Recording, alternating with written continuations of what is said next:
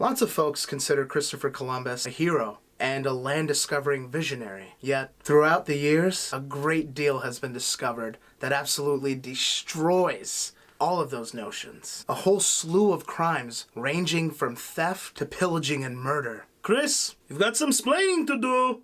It's time to think fast.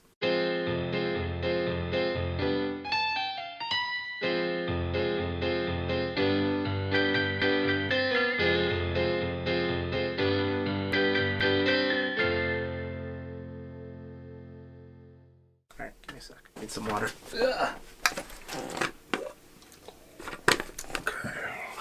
Those of you who know about Christopher Columbus's atrocities will understand why I'm not calling this the Columbus Day episode. Instead, I'm going to be calling it the Rise of Indigenous Peoples Day. That's very appropriate considering all of the horrors that were perpetrated by Columbus and his men that had long-lasting effects that are even still suffered today. Just take a look at the way people are being treated in Standing Rock and similar fights out there. The indigenous folks, they're really taking one. It's about time we really start pulling the wool from people's eyes. Columbus came onto a land and saw people who were nothing but nice to him and said, yeah, they're totally inferior. Like, let's totally murder and enslave them, Spanish bros. I'd rather get into more about what him and his men did. Frankly, I think that's a lot more important. It's the part of history that's been neglected for years, and I think it's really important that we get down to the bottom of this. It's definitely something that's not really quite widely accepted by the mass public quite yet. Cristobal Colombo was the son of an Italian sailor, and he followed in his father's footsteps. He was self-taught. He was one of the people who actually accepted that the world was round.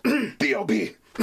Legit, though. I mean, he legit has stated in public that he believes the world is flat. And there's rumors of him trying to crowdfund a satellite to be built to orbit Earth. I want you to understand that concept. Orbit is the key word here. Just saying. Anyways. Is that gum? I was thinking, ding, here, I'll give you a better wink. He believed there would be a quicker route to the West Indies by circumnavigating the opposite way. He wasn't exactly wrong about that, except he had no idea of the masses of land he was going to run into on the way there. Even though there have been plenty of people who discovered it, hello, people were already there. You know, several explorers, Vikings, who came 500 years before. That's neither here nor there. He was lobbying for this trip, and of course, not a lot of people believed him at the time, as of course, it wasn't quite as widely spread as people would like you to believe, but enough people did believe the earth was flat and thought he was ridiculous, and moreover, they didn't think he was going to find any sort of route to India, China, and the other Spice Islands, as they were termed. Catholic monarchs, seeing the light about traveling to the West Indies for the spices and silks they could get, they decided to cave in, for various reasons. A lot of it just because of the unique rare items and spices that you can find there and silks that you wouldn't normally be able to find in Europe. They stopped in the Canary Islands on their way through Cuba, and then he established a colony in Haiti. And it was there where he committed a lot of his atrocities. There were plenty of more before them. Well, frankly, to any place he visited, him and his men brought over diseases from Europe that had never been on these lands, or these people had never been introduced to, that still today has long-lasting effects, whereas you'll hear certain populations deal with certain diseases more, and that can be a part of it as well. And shipping these people back to a country they had no idea. And we've known several times where humanity has failed in that regard and been horrible to many people. It was around when he went to Hispaniola where he ran into the Taínos. Gee, what a guy. He came in there with all his cloaked diseases, which he wanted his men to spread amongst the people. He would parade their bodies in the streets if they uprose against him. We're gonna roll back to Hispaniola for a moment. Peace-loving people called the Taínos. I feel a little bit out of depth in this situation. I have this friend you might know. Her name is Lydia, and she is a co-founder of LOS. So, Lydia?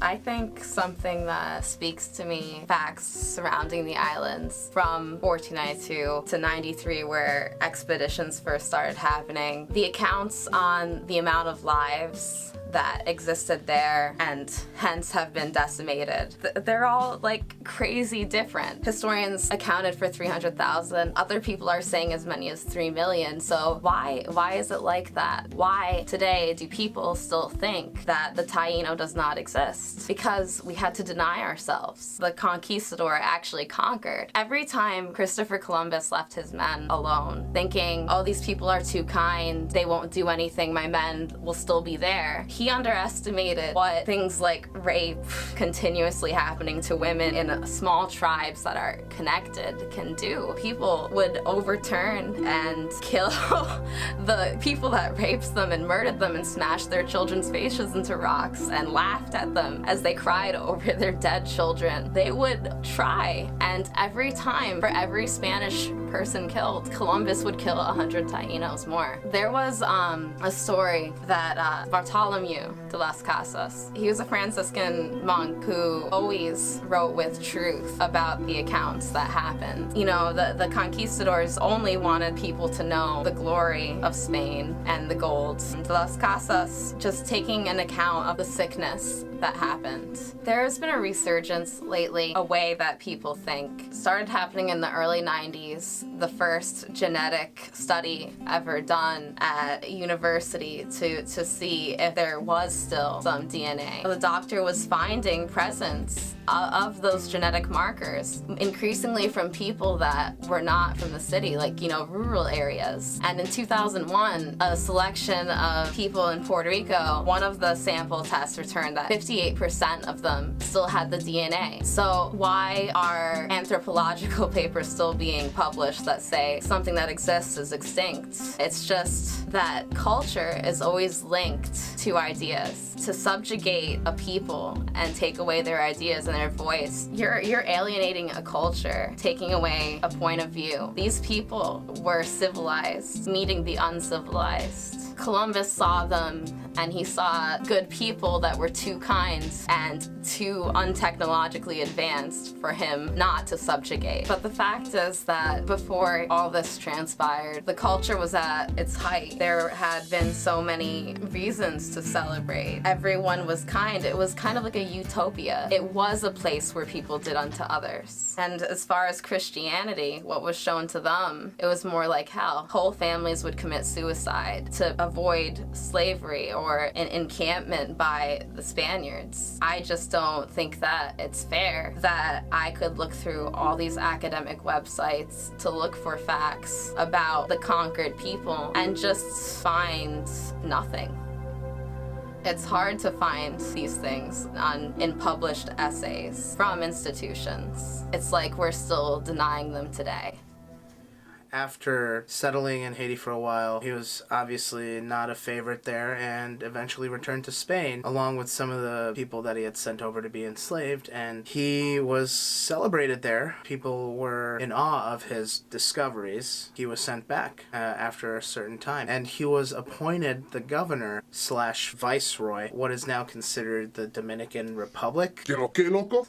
Children learn about him in school, and people celebrate him. There's statues of him for something he didn't even really do. Neither here nor there. Word of his horrific misdeeds got back to the Catholic monarchs who were in charge at that time in Dominican Republic, or at least what's known as Dominican Republic now, were very upset, uprose, and he was jailed. He was eventually released. He went back to just being who he was, and he was relieved of his duties, of course, for a long time of being governor. He made complaints and even wrote a book about how he and his descendants should get a share of the profits as part of their contract off anything found in the new land and spices, silks, and what have you. The Catholic monarch said, you know, dude, I mean, you were totally fired. Because of why you were fired, don't think we owe you. They felt like they were not obligated to recompense. And I guess if we're looking for silver linings in terms of vengeance, it's like my favorite word.